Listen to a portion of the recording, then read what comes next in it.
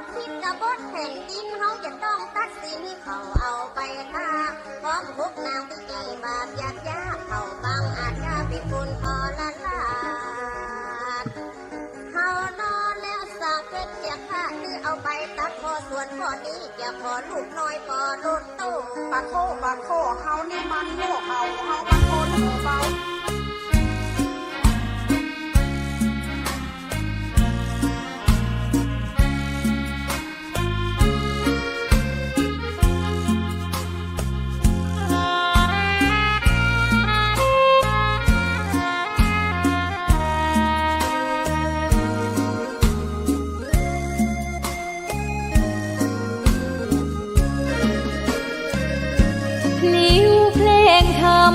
ถูกถ้อยคำเข้าถึงจิตใจฟังรายการวิทยุเสียงใสส่งถึงใจไปสู่ปลายนาสารธรรมน้อมนำมองพระศาสดาบอกผู้คนทั่วลาหันมาเข้าวัดฟังธรรมคลื่นเสียงนี้เป็นคลื่นธรรมะจากใจส่งถึงบ้านไกลฟังได้สุขใจล้ำยามดึกดื่นค่ำคืนมีงานต้องทำเป็นคลื่นสารธรรมเน้นย้ำธรรมะเพื่อนใจเสียงคลื่นธรรมบอกหลักธรรมให้คลายความเหงาฟังเสียงธรรมะเบาบอกเล่าถึงคนบ้านไกลสื่อธรรมะบอกลดละวางด้วยใจสื่อไปถึงสวงในเข้าใจหลักธรรมหลักดีพลิ้วเพลงธรรมถูกสัมพันธ์จิตใจร่าเริงฟังสาระธรรมะบันเทิงรื่นเริงในชีวิตยามวันว่างเดินทางไปเยี่ยมสถานีนัดพบกันน้องพี่วันนี้วันดีวันเสาร์สวดมนต์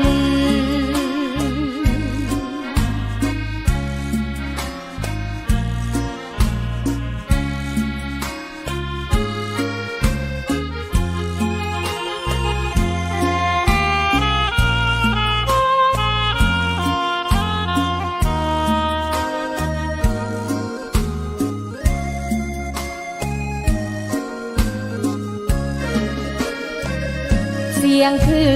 นธรรมบอกหลักธรรมให้คลายความเหงาฟังเสียงธรรมะเบาบอกเล่าถึงคนบ้านไกลสื่อธรรมะบอกลดละวางด้วยใจสื่อไปถึงสวงในเข้าใจหลักธรรมหลักดีเพลงธรรมถูกสัมพันธ์จิตใจร่าเริงฟังสาระธรรมะบันเทิงรื่นเริงในชีวิตยามวันว่างเดินทางไปเยี่ยมสถานี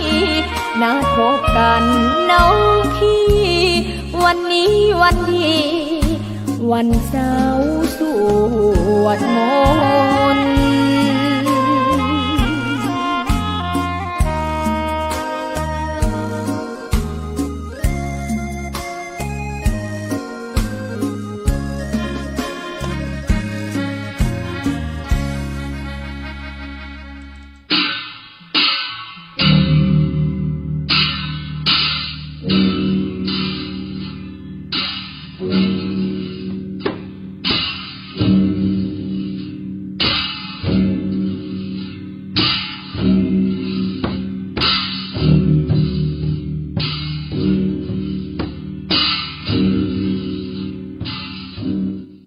ขอถวายความเคารพ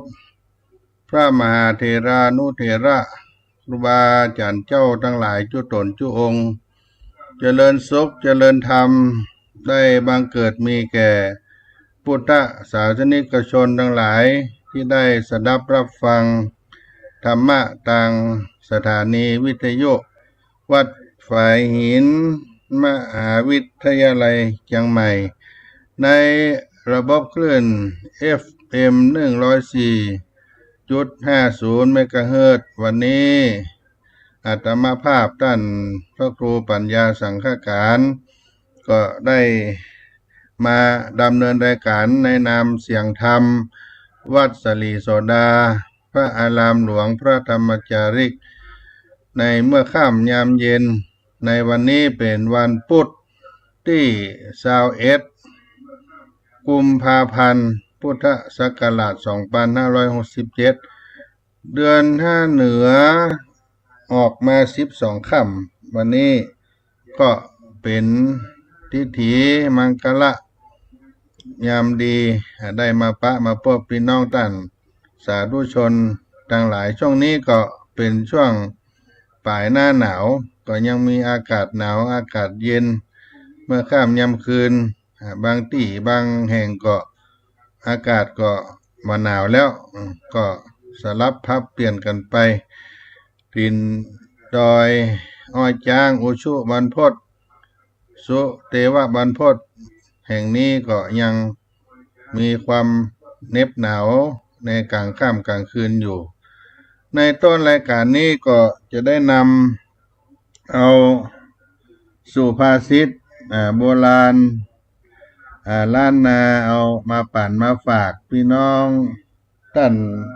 สาธุชนผู้ฟังทั้งหลายเอาไว้เป็นมรดกคำสอนของบรรพบุรุษบรรพชนที่มาในสุภาษิตล้านนาไทย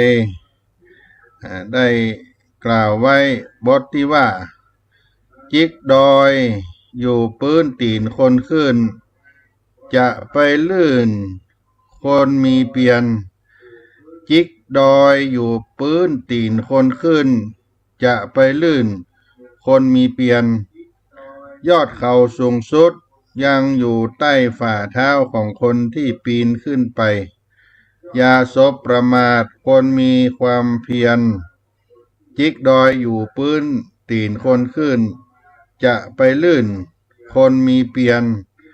ผู้มีความเพียรพยายามย่อมประสบความสำเร็จได้ญาติโยมทั้งหลายสูงสุดปลายจิกสูงสุดปลายจิกดอยอยู่พื้นตีน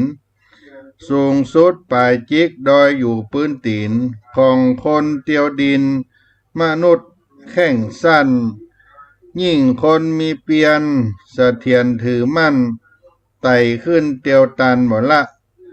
คนมันอดสาอย่าปะมาตะลาสาเผ่าผู้เปลี่ยนดีเอาอย่างไว้ใส่ด้วยขันติจักสมฤทธีเตี้ยงแต่และเจ้าสูงสุดปลายจิกดอยอยู่พื้นตีนของคนเดียวดินมนุษย์แข้งสั้นยิ่งคนมีเปียนเสถียรถือมั่นไต่ขึ้นเตียวตันหมดละคนมันอุตสาอย่าประมาตะลาสาเผ่าผู้เปลี่ยนดีเอาอย่างไว้ใส่ด้วยขันติจักสมฤทธีเตี้ยงแต่และเจ้ายอดเขายอดดอยสูงสุดก็ยังอยู่ใต้ฝ่าเท้าของคนปีนขึ้นไปที่เป็นเพียงมนุษย์หรือคนธรรมดาเดินดินขาสั้นๆนี่ขึ้นได้ไปถึงสุดยอดโดยเฉพาะคนที่ไต่ที่ปีนที่เตียวขึ้นมีความมุ่งมั่นมีความพยายามเตียวขึ้นปีนขึ้นอย่างบัดลดละคนมีความอุตสาหะอย่างนี้ก็อย่าได้สบประมาทในทางที่กลับกันควรเอาอย่างพร้อมกับมีความอดทนที่จะประสบผลสำเร็จอย่างแน่นอน สูงสุดปลายจิกดอยอยู่พื้นตีนของคนเตียวดินมนุษย์แข้งสั้นยิ่งคนมีเพียรเสถียรถือมั่นไต่ขึ้นเตียวตันบ่ละคนมันอดสาอย่าประมาทะลาสาเผ่าผู้เปลี่ยนดีคือเอาอย่างไว้ใส่ด้วยขันติจักสมฤทธีเที่ยงแต่และเจ้าจิกดอยอยู่พื้นตีนคนขึ้นจะไปลื่นคนมีเพียรผู้มีความเพียรพยายามย่อมประสบความสำเร็จศรัทธาญาติโยมทั้งหลายคนใดที่มีความภาคเพียรความพยายามอยู่ที่ไหนความสำเร็จย่อมเกิดขึ้นได้ที่นั่นความพยายามอยู่ที่ใดความสำเร็จก็เกิดขึ้นอยู่ที่นั่นเป็น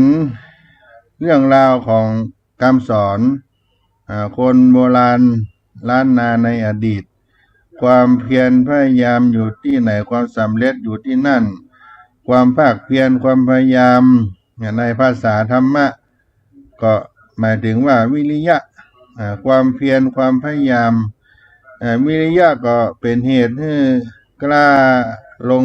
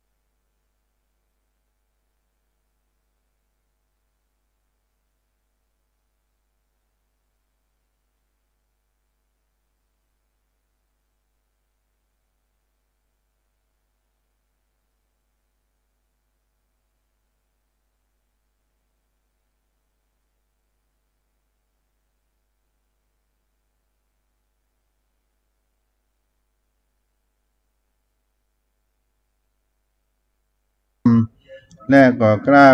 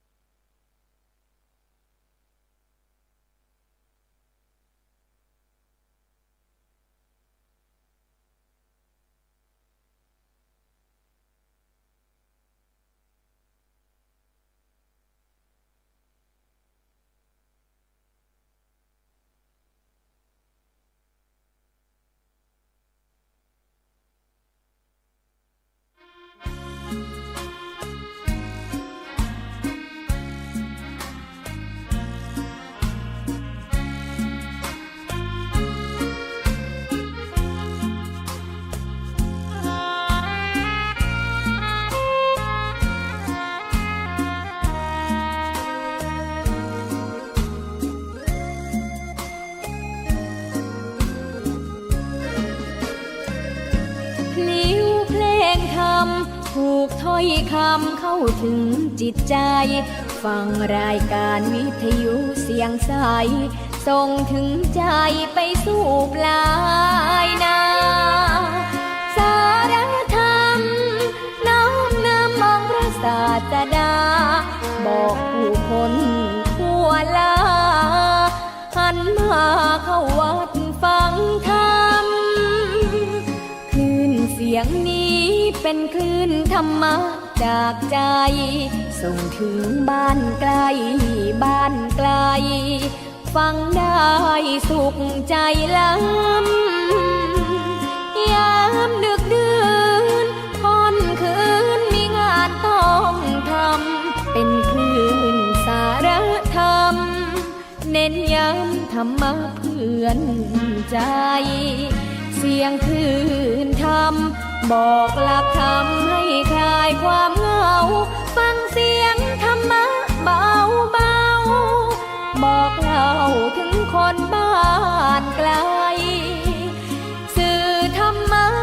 บอกลดละวางด้วยใจสื่อไปถึงสวงในเข้าใจหลักธรรมหลักดีลิ้วเพลงธรรมผูกสัมพันธ์จิตใจร่าเริงฟังสาระธรรมะบันเทิงรื่นเริงในชีวิตยามวันว่างเดินทางไปเยี่ยมสถานีนัดพบกันน้องพี่วันนี้วันดีวันเสาร์สวดมนต์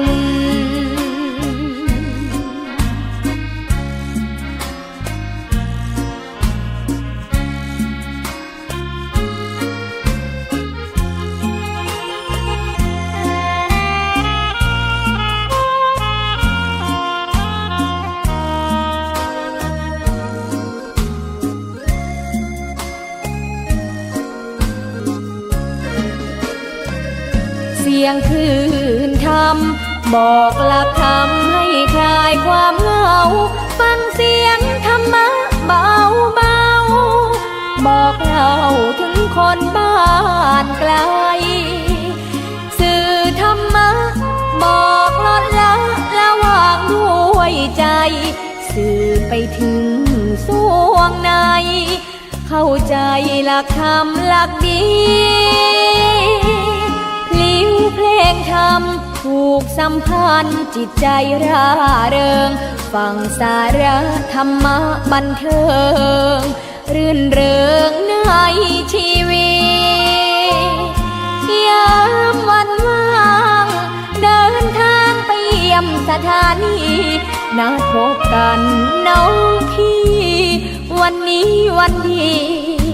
วันเสาร์สวดมนต์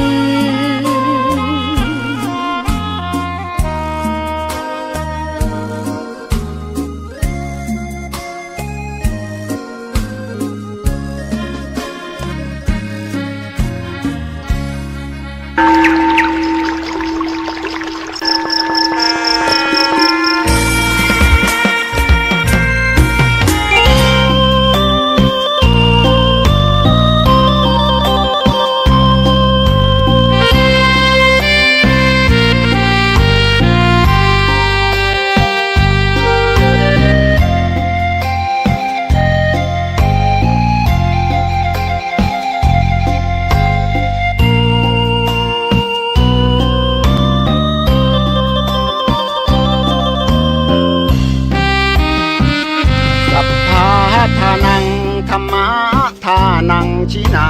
ติภาษาบาลีที่พุทธองค์ท่านทรงตรัสสอนการให้ธรรมะชนะการให้จงได้ถวายความเคารพพระมหาเถรานุเถระครูบาอาจารย์เจ้าทั้งหลายจุดตนจุองค์เจริญสุขเจริญธรรมท่านสาธุชนพุทธบริษัททั้งหลายที่ได้สดับรับฟังธรรมะทางสถานีวิทยุวัดฝ่ายหินใน ระบบคลื่น FM 104.50 เมกะเฮิรตซ์ช่วงต้นรายการสัญญาณบ่เสถียรดีเท่าใดนักก็เลยขาดตอนกันไปก็มาในช่วงสารธรรมยามค่ำยามเย็นกันเต็มวาระหนึ่งในวันพุธที่21กุมภาพันธ์พุทธศักราช2567เป็นวันเดือน5เหนือออก12ค่ำวันนี้สารธรรมยามเย็นวัดสลีโสดาพระธรรมจาริกก็ได้มาพบพี่น้องท่านสาธุชนผู้ฟังทั้งหลายในวันนี้ก็ขอฝากสุภาษิตโบราณล้านนาไทย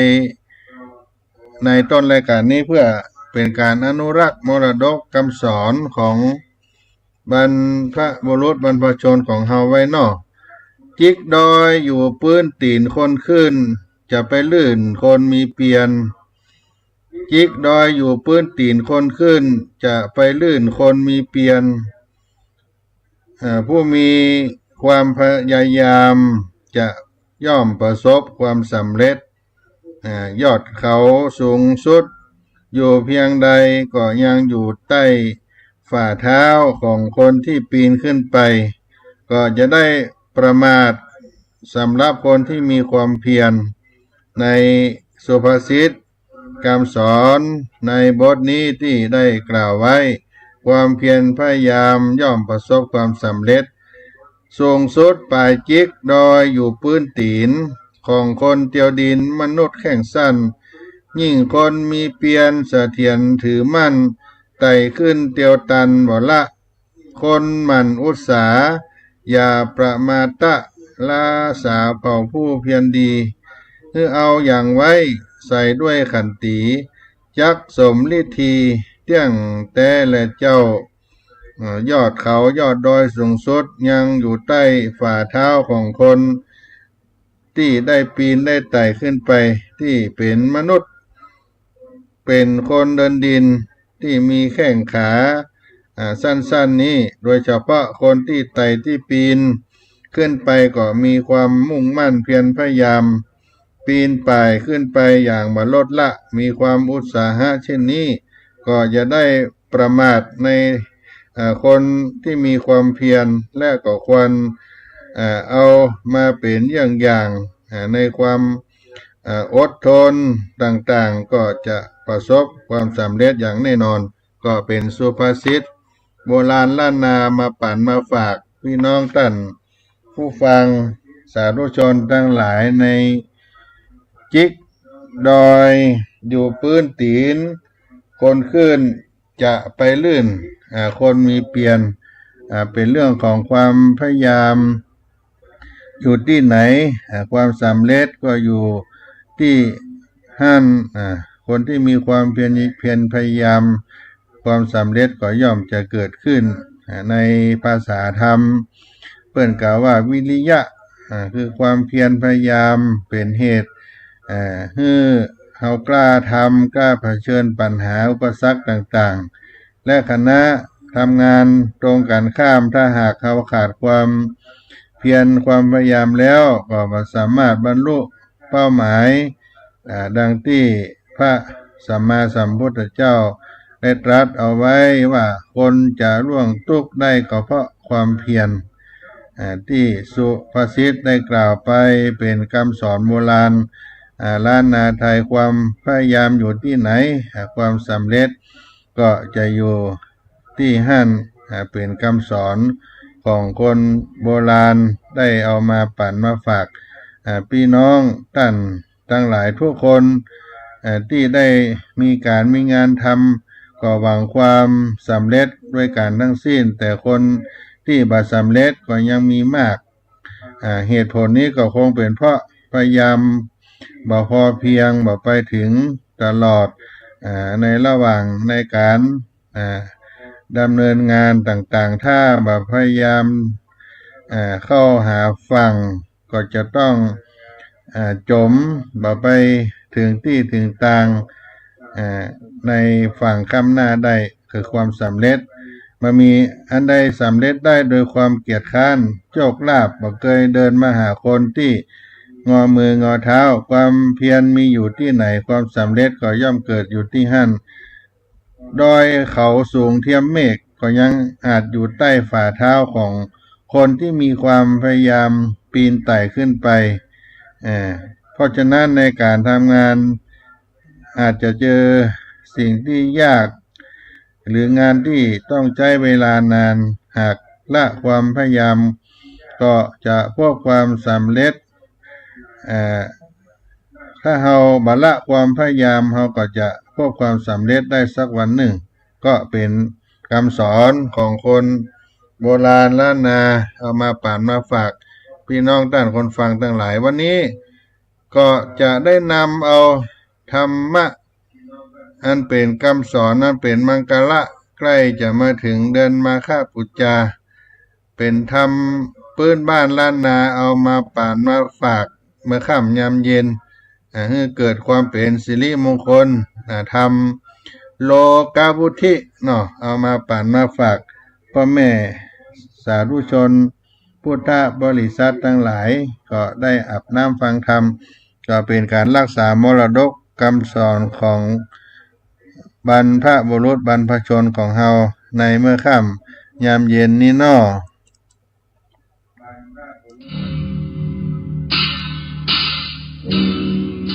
เชิญท่านทั้งหลายได้เข้าสู่การไหว้พระนพธรรมเห็นบรรณาการของฝากสารธรรมยามเย็นของวัดสลีโสดาพระอารามหลวงโดยอัตมาภาพท่านพระครูปัญญาสังฆการน้อ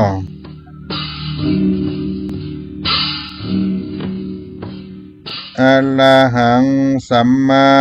สัมพุทโธภควาพุทธังภควันตังอภิวาเทมิสวากาโตภควตาธัมโมธัมมังนามัสสามิสุปฏิปันโนภควโตสาวกสังโฆสังฆังนะมามิ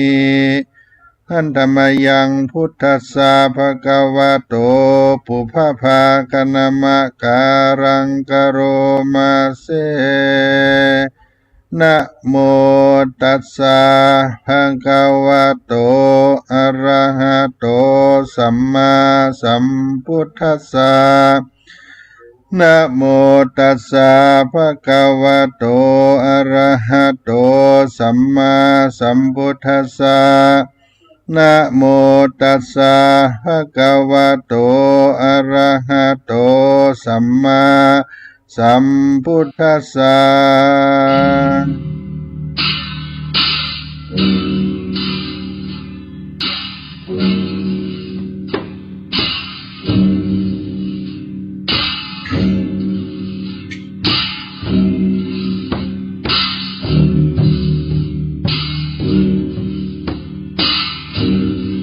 ส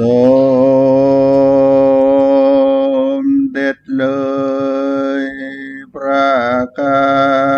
โตฉลาดเสด็จขึ้นธรรมาสแก้วและจองคำไหว้หลังอาบเอิงดีมีรัศมีงามอยู่ย้อยแย้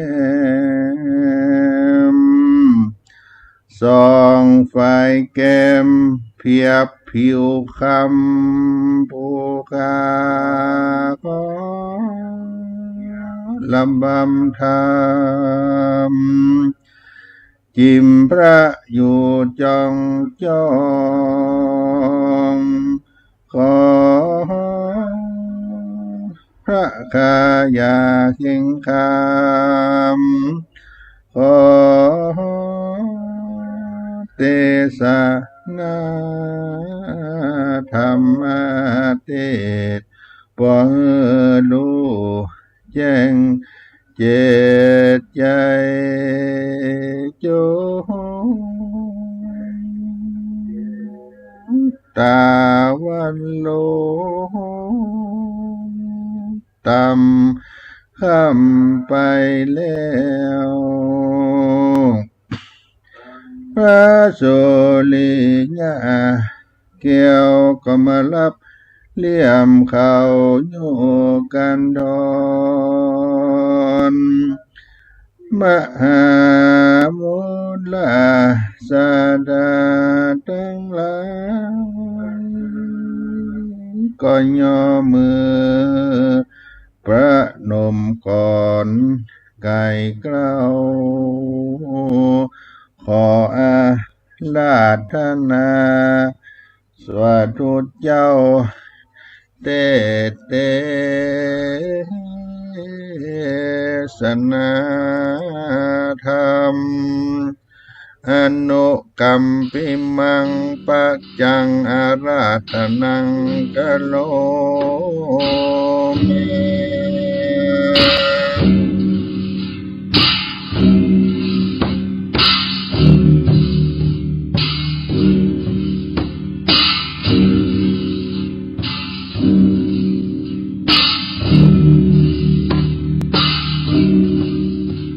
นะโมตัสสะภะคะวะโตอะระหะโตสัมมาสัมพุทธัสสะพุทโธเศรษโธติโลกัสสมิงสัมปัสสัตตาหิตังสังสารปันธานังสิโนอะหังวันตามิสัมปันตาพุทโธอันว่าพระพุทธเจ้าเศรษโธตนประเสริฐที่โลกัสสมิงกว่าโลกทั้งสามกันโลติก็การตำหิตังเป็นปัญโยชนะสัพพสัตตานังแก่สันตโลกทั้งมวลสังสารปันทะนังสิโนอันติดอยู่ในโลกสงสารมากว่าเป็นดังเชือกผูกไว้บนโลกใดถึงนิพพานเต้ามีแต่สัพพัญโยพระพุทธเจ้าหากได้มั่งเสียยังเชือกเล็กหันมัดไว้นั่นแลอาหังอันว่าคาวันตามิก็ไว้พุทธังยังพระพุทธเจ้าเสลาสาโดยหัวแห่งคาสัมปันตาในกาลาตรงเมื่อแลเย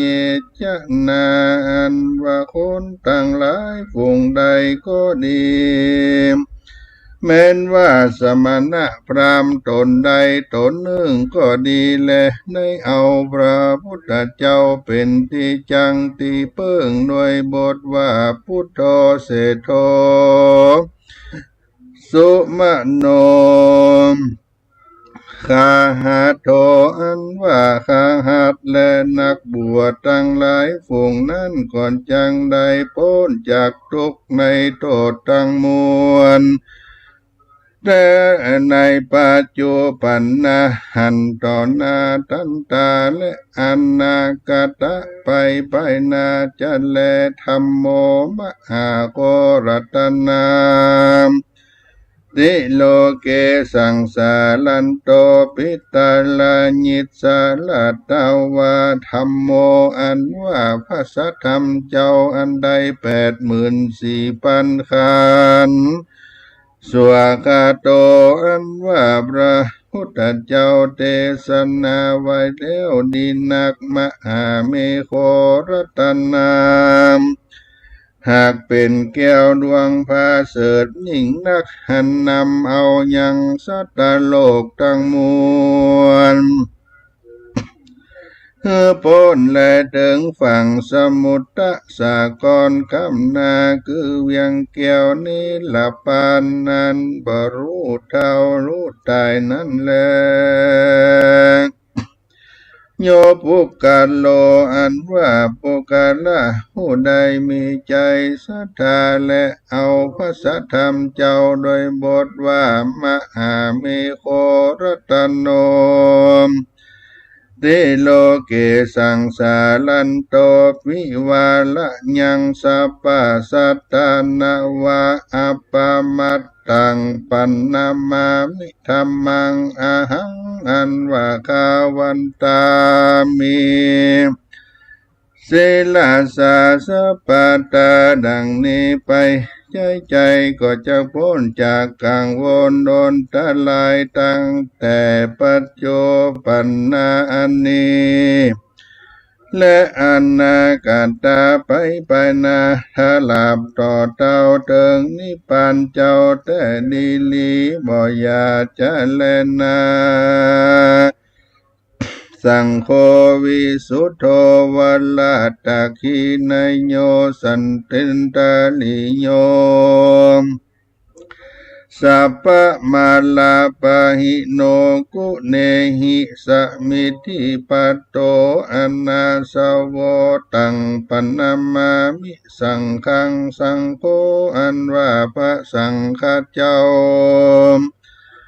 ตนบัวลิสุทธิ์ประกอบด้วยศีลสมาธิปัญญาเป็นสาวกาแห่งพระพุทธเจ้าและอาหังอันว่าคา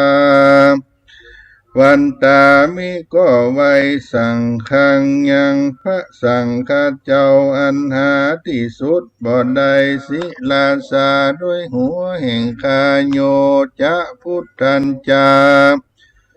ธรรมันจาสังฆัญจาสะละนังกาโตอาหังอันว่าคาก็ถือเอายังคุณพระพุทธเจ้าพระสัทธรรมเจ้าพระสังฆเจ้าว่าเป็นที่เพิ่งแก่ข้าแต่แลอิมังโลกังอันว่าโลกอันนี้มุนจิสามิจุงจักปล่อยพ้นยังสัพพทุกตังมวลเตเยนาลาอันว่าคนตั้งหลายฝูงใดแลได้ฟังธรรมคำสอน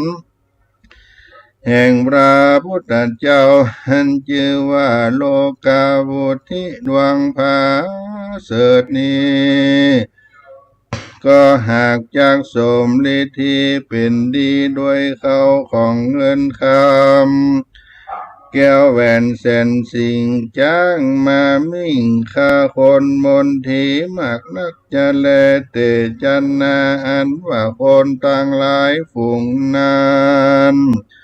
ก็จังประกอบไปโดยอริยธนาตั้งเจ็ดประการคือว่าศรัทธาทานังศีลทานังหิริทานังโอตตปปะทานังโสตทานังจากะทานังปัญญาทานังเอเตทานังอันว่าเขาของฝูงนี้และมีแก่ผู้กาละผู้ใดก็หากจักจำเริญแก่ผู้กาละผู้นั้นจะแลโยปุกาโลอันว่าปุกาละผู้ใดได้ฟังธรรมอันมีชื่อว่าโลกาวุธิดวงประเสริฐนี้ก็บ่หอนจังมีอายุมันมินสันจังพระวาจาจันเลโยปุกาโลอันว่าปุกาละผู้ใดมีใจศรัทธาได้แต้มได้เขียนก็ดีได้ฮือผู้อื่นแต้มและเขียนได้ปูจาเอามาเป็นตานดังอันก็ดีแม้นว่าใดไปเกิดในจันฟ้าไปบนก็จังยิ่งกว่าเทวบุตรเทวดาทั้งหลายแต่แลเตียนย่อมประกอบไปโดย สาลีสัมปติยิ่งกว่าเทวบุตรเทวดาพระญาอินทร์พระญาพรหมก็มีแลโยนโรมอันว่าคนต่างหลายฝูงใดแลถือเอาธรรมโลกวุธีดวงประเสริฐนี้เป็นที่จังที่เปิงโดยบทว่าพุทโธเศรษโธติโลกัสสมิงดังนี้ไปจุข้ามเจ้าเอาเป็นกรรมฐานคนผู้นั้นจังบ่ได้เป็นข้าต้านสังภาวะญาติจะแลจังได้เป็นเจ้าแก่ต้านจุภาวะญาตินี้โดยมี แต่แลก็จังประกอบไปโดยสัพพันนรังสีทั้งหกประการเนจักเหือท่านโจมเจิญยินดีแก่เรานั้นจะศรัทธานว่าสัพพัญญูพระพุทธเจ้าอาหะก็กล่าวยังคาถานี้ว่ายะติตังสุขังโลเกปัจจังคโมภาวิสติสังกาเตนะกุสเลนะมะยังสวัมหาเสดังนี้แลภิกขเวดุลาภิกขุทั้งหลายญาติตังมักว่าอีตังปุกะโลหันว่าปุกะละผู้ใดใกล้ถึงสุขในโลกนี้และโลกหน้าจริงจังก่อโดยบทว่าปัจจคังก็ปวงลงยังตนและใจแห่งข้าเพื่อฮือใดเข้าสู่นิพพานอันจากพ้นจากภัยยะในวัฏสงสารนั้นแลปันดิโตอันว่านักปราชญ์เจ้าทั้งหลาย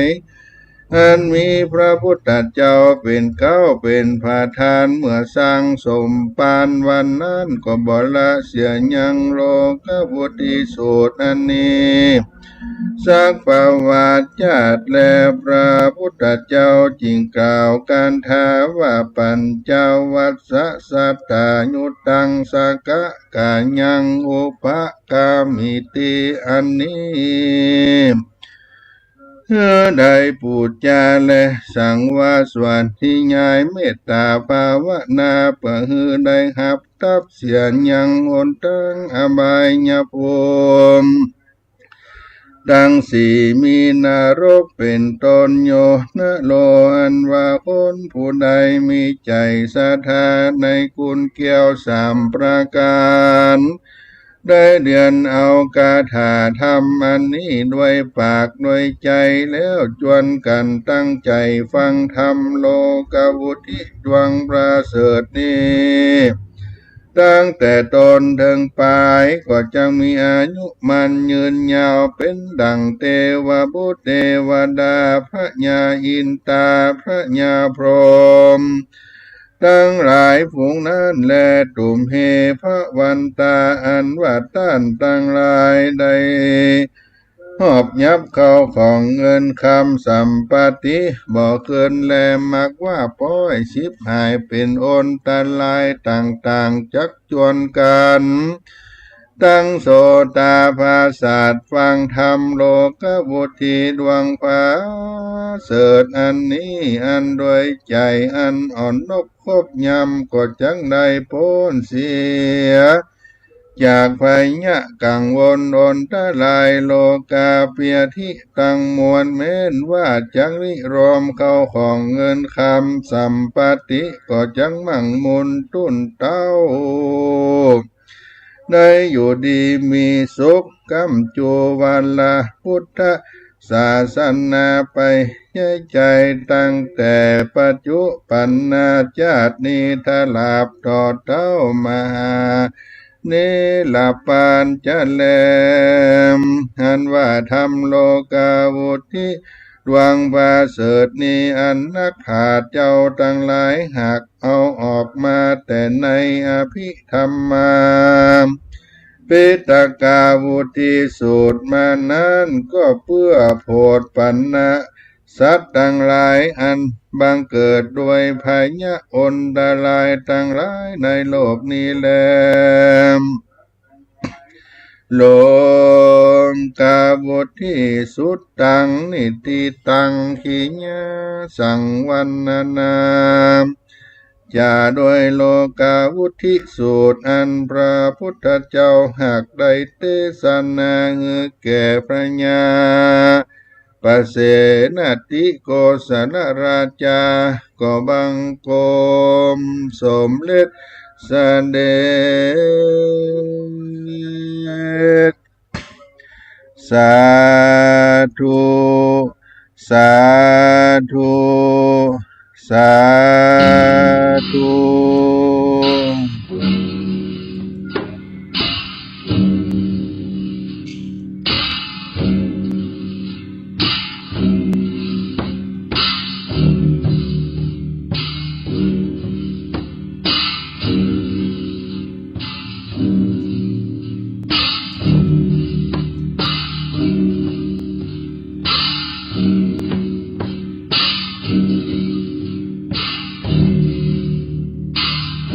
ก็เป็นธรรมโลกาวุธิสูตรมาเทศนาปันฝากธรรมเทศนาประเสริฐดวงนี้ก็ขอให้มูลศรัทธาท่านผู้ฟังทั้งหลายที่ได้สดับรับฟังก็ดีหรือว่าได้ฟังเมื่อลาไปลูนก็ดีก็ขอให้ได้เป็นวุฒิจำเริญแก่ท่านทั้งหลายเป็นดังคำปอนแห่งองค์สลีสัพพัญโญพระพุทธเจ้าได้กล่าวไว้ว่าสัพปีติโยวิวัจจันโตสัพพะโลโกวินัสสโตมาเตภวัตวันตรายโยสุขีตีคายุโกภวะอภิวาทนาสีลิสานิจังพุทธาปัจจายโนจัตตารโอธัมมาวัฏันติอายุวันโนสุขังพลังนิพพานังปะละมังสุขังตั้งแต่กาลวันนี้ไปของมูลศรัทธาท่านสาธุชนคนฟังธรรมะทั้งหลายในสถานีวิทยุคลื่น 104.50 เมกะเฮิรตซ์วัดฝ่ายหินมหาวิทยาลัยเชียงใหม่แห่งนี้ก็ขอให้ได้ปล่อยเปิกพ้นเสียยังอุปัตตวะกังวลอนตรายข้อปีข้อวันข้อเดือนข้อยามต่างๆนานาเงื่อนดับงับกับหายไปมีโจกมีใจมีลาภะรักษาศีลกินทานก้ำจูวราพุทธศาสนาคือการกุ่งรุ่งเรืองไปเชียงกีฬาการยืนยาวนานนักมันจุ่งจังมีจัตตาโลธรรมาอันว่าธรรมตั้งสี่คือว่าอายุวันนะสุขภละจุ่งเฮือเป็นชัดแก้วขี้มงหัวสัพปีติโยจึงให้เป็นหาวขวางงามผิวผ่องสมิจจันโตจงให้เป็นตีหน่องก็ยันสัพพะโรโกเปียที่มีจุอันหลายสิ่งจงให้มวยมิ่งกลาไกลมโนภาวะจงให้อยู่จำเริญใจไปจู้ข้ามเจ้าวิวัตวันตรายโยจงให้มีแต่ท่านตั้งหลายจู้ผู้ในคนแต่ดีหลีจงให้มีอายุได้100 ความเข้าสุขังพลังจงฮือสุขแจ้งเต้าเพียบดังเมืองสวรรค์ตานะศีละฮือมีอยู่เป็นนิดเตี้ยงมั่นอุทาปัจจาบ่ฮือความเหยี่ยงไปมาจัตตาโลธรรมาอันไผ่โพดฮือมีอายุสโลดเนือนยาวตามดังกรรมกรรมผาธนาแห่งเจ้ามูลศรัทธาจุผู้จุคนนั้นจงจะมีจัตตาโลธรรมาวัฏันตุอายุวันโนสุขังปะลังขอให้มีแก่ท่านสาธุชนคนฟังทั้งหลายเจ้าผู้ในคนเนอวันนี้ก็ได้มาผู้มาจากกับพี่น้องศรัทธาก็ได้ปอละมวลไปแล้วก็ฝากบุญงานปอยหลวงสมโพธิ650 ปีวัดผาลาดตำบลสุเทพอำเภอเมืองจังหวัดเชียงใหม่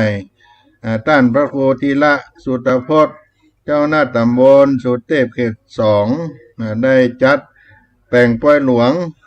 ตั้งแต่วันที่ 22กุมภาพันธ์ไปถึงวันที่24กุมภาพันธ์และก็เป็นประเวณีสะหลงน้ำพระธาตุเจ้าเดือน6เพ็งในวันที่24กุมภาพันธ์2567ก็เชิญชวนไปกินม่วนตาลหวานงานปล่อยหลวงวัดผาลาดตำบลสุเทพเนอท่านอาจารย์พระโคธีราชสุตพจน์เพิ่นได้แปลงนิกาบอกเอิ้นเชิญชวนวันที่22ถึง24กุมภาพันธ์2567เพิ่นได้แปลงพระเจ้าไก่สอนดอกไม้เป็นพระเจ้าไก่สอนดอกไม้ล้านนาบัวผาล้านดวงตั้งแต่วันที่25มกราคมได้สำเร็จเสร็จสิ้นไปจะได้มาสมโพธิพระเจ้าสมโพธิอาราม650ปีวัดผาลาดมีการทำบุญเนื้อตาลสวดมาติกาบังสกุลหยาดน้ำหมายตาลถวายพระตาหารเพลวันที่22 23แล้วก็วันสุดท้ายวันที่24หลังจากแล้วปล่อยหลวงแล้วก็เป็นประเวณีส่งน้ำธาตุปูชาพระธาตุเดือน6เพ็งพระธาตุม่อนผาลาดก็ขอเชิญชวนศรัทธาพ่อแม่พี่น้องทั้งหลายไปร่วมกินร่วมทานกับท่านพระโคธีราชสุตพจน์กันได้เน้อตั้งแต่วันพรุ่งนี้เป็นต้นไปในนามของคณะสงฆ์ตำบลสุเทพวัดปี่วัดน้องวัดอยู่หิมกิ่มใกล้ก็ใจก็บอกเสียงนี้เป่าเอิ้นเชิญชวนพี่น้องศรัทธาทั้งหลายไปร่วมกินทานปล่อยหลวงวัดผาลาดแก้วกว้างตำบลสุเทพได้จุผู้ในคนเน้อขอความสุขความสดสดีจงมีแก่ท่านทั้งหลายทนหน้าจัตตาโลธรรมาวัฏันติอายุวันโนสุขังปะลา